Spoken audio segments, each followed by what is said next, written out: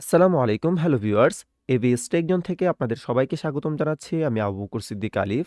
আজকের ক্লাসে আমরা মাল্টিপ্লাকশন টেবিল সম্পর্কে আলোচনা করব। অর্থাৎ আমরা এমন একটা প্রোগ্রাম তৈরি করার চেষ্টা করব যেটার মাধ্যমে আমরা নামটা তৈরি করতে পারি। যেমন ইউজার যদি আমাদেরকে কোনো একটা নাম্বার দেয়, আমরা সেই নাম্বারের উপর ভিত্তি করে একটা মাল্টিপ্লাকশন টেবিল তৈরি করব বা নামটা তৈরি করব।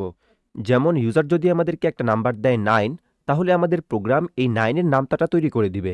যেমন 9 into 1 equal to 9, 9 into 2 equal to 18, এভাবে 9 ইন্টু 10 ইকুয়াল টু 90। আশা করি বিষয়টা বুঝতে পেরেছেন।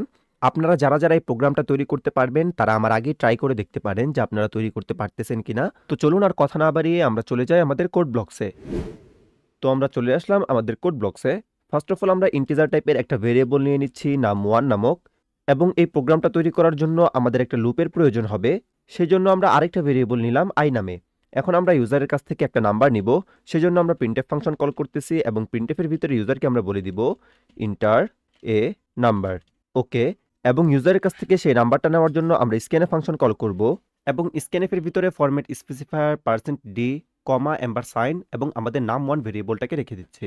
অর্থাৎ এখন আমাদের প্রথম কাজটা হলো ইউজার আমাদেরকে একটা নাম্বার দিবে, যে নাম্বারটাকে আমরা নাম 1 ভেরিয়েবলের ভিতরে স্টোর করে রাখবো। এখন ইউজার আমাদেরকে যদি একটা নাম্বার দেয় 7, তাহলে আমাদের প্রোগ্রামটা কেমন হওয়া উচিত? আমরা 7 এর সাথে 1 গুণ করব, 2 গুণ করব, 3 গুণ করব। অর্থাৎ আমাদের একটা লুপ প্রয়োজন, যেটার মাধ্যমে আমরা ক্রমানুসারে 1 থেকে 10 পর্যন্ত সংখ্যা পেতে পারি। সেজন্য আমরা একটা লুপ নিচ্ছি। আমরা এক্সাম্পল শুরু ফর লুপের ব্যবহার করব, এবং আমাদের লুপটা শুরু হবে 1 থেকে। সেজন্য আমরা বলে দিচ্ছি i ইকুয়াল টু 1, অর্থাৎ আমাদের ইনিশিয়ালাইজ এক্সপ্রেশন শুরু হবে 1 থেকে। আমাদের লুপটা চলবে 10 পর্যন্ত। সেজন্য আমরা বলে দিচ্ছি i এর ভ্যালু যতক্ষণ পর্যন্ত না 10 এর সমান হবে ততক্ষণ পর্যন্ত আমাদের এই লুপটা কাজ করবে, এবং আমাদের এই লুপটা আপডেট হবে 1 1 করে। সেজন্য আমরা লিখে দিলাম i প্লাস প্লাস। আশা করি বিষয়টা আপনারা বুঝতে পেরেছেন। এখন যাচ্ছে আমরা কি করব, আমরা ইউজারের দেয়া নাম 1 ভেরিয়েবলের ভিতরে যে সংখ্যাটা আছে সেটার সাথে i এর ভ্যালুকে গুণ করে দিব। অর্থাৎ আমরা লিখে দিচ্ছি নাম 1 ইন্টু i, এবং এই ক্যালকুলেশনটা করার পর আমরা নতুন যে ভ্যালুটা পাবো বা রেজাল্টটা পাবো সেটাকে আমাদের একটা ভেরিয়েবলের ভিতরে স্টোর করে রাখতে হবে। সেই জন্য আমরা এটাকে রেজাল্ট নামক একটা ভেরিয়েবলের ভিতরে স্টোর করে রাখছে। আশা করি বিষয়টা বুঝতে পেরেছেন। এখন আমরা যেহেতু রেজাল্ট ভেরিয়েবলটাকে ডিক্লেয়ার করি নাই, সেজন্য রেজাল্ট ভেরিয়েবলটাকে ডিক্লেয়ার করে দিলাম, এবং সর্বশেষ প্রিন্টএফের সাহায্যে আমরা আমাদের এই রেজাল্ট ভেরিয়েবলের মানটাকে প্রিন্ট করে দিব। সেজন্য আমরা একটা প্রিন্টএফ ফাংশন কল করতেছি, এবং এই প্রিন্টএফের ভিতরে আমরা প্রিন্ট করতে চাচ্ছি আমাদের রেজাল্ট ভ্যালু। সেজন্য ফরম্যাট স্পেসিফায়ার %d, কমা দিয়ে আমাদের রেজাল্ট ভেরিয়েবলটাকে আমরা প্রিন্ট করে দিলাম। আমাদের কাজটা শেষ। এখন যদি আমরা এই প্রোগ্রামটাকে রান করি তাহলে কি হবে? সর্বপ্রথম আমাদের প্রোগ্রামটা শুরু হবে এবং ইউজারকে বলা হবে ইন্টার এ নাম্বার। তো ইউজার আমাদেরকে যে নাম্বারটা দিবে সেটাকে আমরা নাম 1 ভেরিয়েবলের ভিতরে স্টোর করে রাখছি। এখন আমাদের কাজ হচ্ছে ইউজার আমাদেরকে যে নাম্বারটা দিয়েছে সেটার উপর একটা নামটা তৈরি করব। আর নামটা কিভাবে হয়? যদি ইউজার আমাদেরকে নাম্বারটা দেয় 2 অর্থাৎ 2, তাহলে নামটাটা হবে 2 1 2, 2 2 4, 3 2 6। এভাবে চলতে চলতে 2 10 20, অর্থাৎ আমাদের 1 থেকে 10 পর্যন্ত সংখ্যা প্রয়োজন। সেজন্য আমরা একটা লুপের ব্যবহার করলাম, যেটার মাধ্যমে আমরা 1 থেকে 10 পর্যন্ত সংখ্যা পাবো। এই ক্ষেত্রে আমাদের এই লুপটা চলাকালীন সময় আমাদের এই আয়ের ভ্যালু সর্বপ্রথম হবে 1, তারপর হবে 2, তারপর হবে 3। এভাবে আমাদের আয়ের ভ্যালুটা ক্রমান্বয়ে আপডেট হতে থাকবে।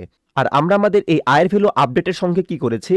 আমাদের নাম 1 ভেরিয়েবলটাকে গুণ করে দিয়েছি। তাহলে কি হবে? এই লুপটা চলাকালীন সময়ে নাম 1 এর ভ্যালুটা প্রত্যেকবার আয়ের সাথে গুণ হবে। আর আয়ের ভ্যালু যেহেতু 1 2 3 4 5 6 এভাবে আপডেট হচ্ছে, সুতরাং আমরা একটা নামতা আকারে আমাদের ফলাফলটাকে দেখতে পারবো। এবং একই সাথে আমাদের এখানে যে ক্যালকুলেশনটা হচ্ছে সেই ক্যালকুলেশনের ফলাফলটাকে আমরা রেজাল্ট নামক ভেরিয়েবলের ভিতরে স্টোর করে রেখেছি, এবং প্রিন্টএফ এর সাহায্যে আমাদের এই রেজাল্ট ভ্যালুটাকে আমরা প্রিন্ট করে দিয়েছি। এখন আমরা এই প্রোগ্রামটাকে রান করব, তার আগে \n দিয়ে দিচ্ছি নিউ লাইন নেওয়ার জন্য।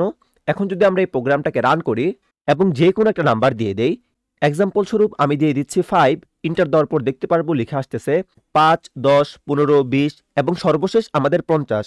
আমরা যদি এই লেখাটাকে একটু সুন্দরভাবে প্রেজেন্ট করতে চাই, সেক্ষেত্রে আমরা কি করতে পারি?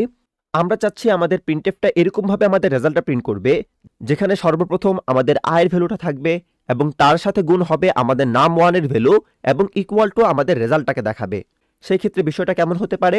আমরা এই প্রিন্টএফের ভিতরে সর্বপ্রথম ফরম্যাট স্পেসিফায়ার %d দিয়ে দিচ্ছি। এই ফরম্যাট স্পেসিফায়ারটা কাজ করবে আমাদের আয়ের ভ্যালুকে প্রিন্ট করার জন্য। অর্থাৎ আমরা ডাবল কোটেশনের বাহিরে কমা দিয়ে সর্বপ্রথম আমাদের আয়ের ভ্যালুটাকে প্রিন্ট করে দিচ্ছি। তারপর আবার আমরা এখানে ইনটু চিহ্ন ব্যবহার করব।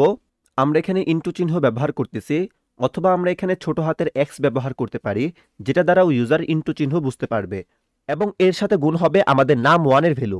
সেই জন্য আমরা আরেকটা ফরম্যাট স্পেসিফায়ার %d দিয়ে দিচ্ছি এবং এখানে আমাদের দ্বিতীয় কমার পর আমরা আমাদের নাম 1 ভেরিয়েবলটাকে প্রিন্ট করে দিচ্ছি। এবং আমাদের এতটুকু কাজ করার পর অর্থাৎ এখানে যে ক্যালকুলেশনটা আছে সেটার পর আমরা একটা ইকুয়াল সাইন দিয়ে আমাদের রেজাল্ট ভেরিয়েবলটাকে প্রিন্ট করে দিব। সেজন্য অলরেডি এখানে একটা ফরম্যাট স্পেসিফায়ার %d দেওয়া আছে এবং 3 নাম্বার কমার পর অলরেডি আমাদের রেজাল্ট ভেরিয়েবলটা ডিক্লেয়ার করা আছে। এখন যদি আমরা আমাদের এই প্রোগ্রামটাকে রান করি এবং যে কোনো একটা নাম্বার দিয়ে দেই, এক্সাম্পল স্বরূপ আমরা দিয়ে দিলাম 10, এন্টার দেওয়ার পর দেখতে পারবো আমাদের এখানে সুন্দর একটা মাল্টিপ্লাকশন টেবিল তৈরি হয়ে গিয়েছে। আমরা যদি প্রোগ্রামটাকে আরেকবার রান করি এবং যে কোনো আরেকটা নাম্বার দিয়ে দেই, এক্সাম্পল স্বরূপ আমরা দিয়ে দিলাম 7, এন্টার দেওয়ার পর দেখতে পারবো আমাদের এখানে 7 এর যে নামটা অর্থাৎ একটা মাল্টিপ্লাকশন টেবিল তৈরি হয়ে গিয়েছে। আশা করি বিষয়টা বুঝতে পেরেছেন। আজকের ক্লাসটা এই পর্যন্তই থাকবে। আগামী ক্লাসগুলোতে আমরা প্রোগ্রামিং এর আরো নতুন নতুন বিষয় সম্পর্কে জানবো। সেই পর্যন্ত সকলে ভালো থাকবেন, সুস্থ থাকবেন। সকলকে নেক্সট ক্লাস দেখার আমন্ত্রণ জানিয়ে আজকে এখানেই শেষ করছি। আল্লাহ হাফেজ।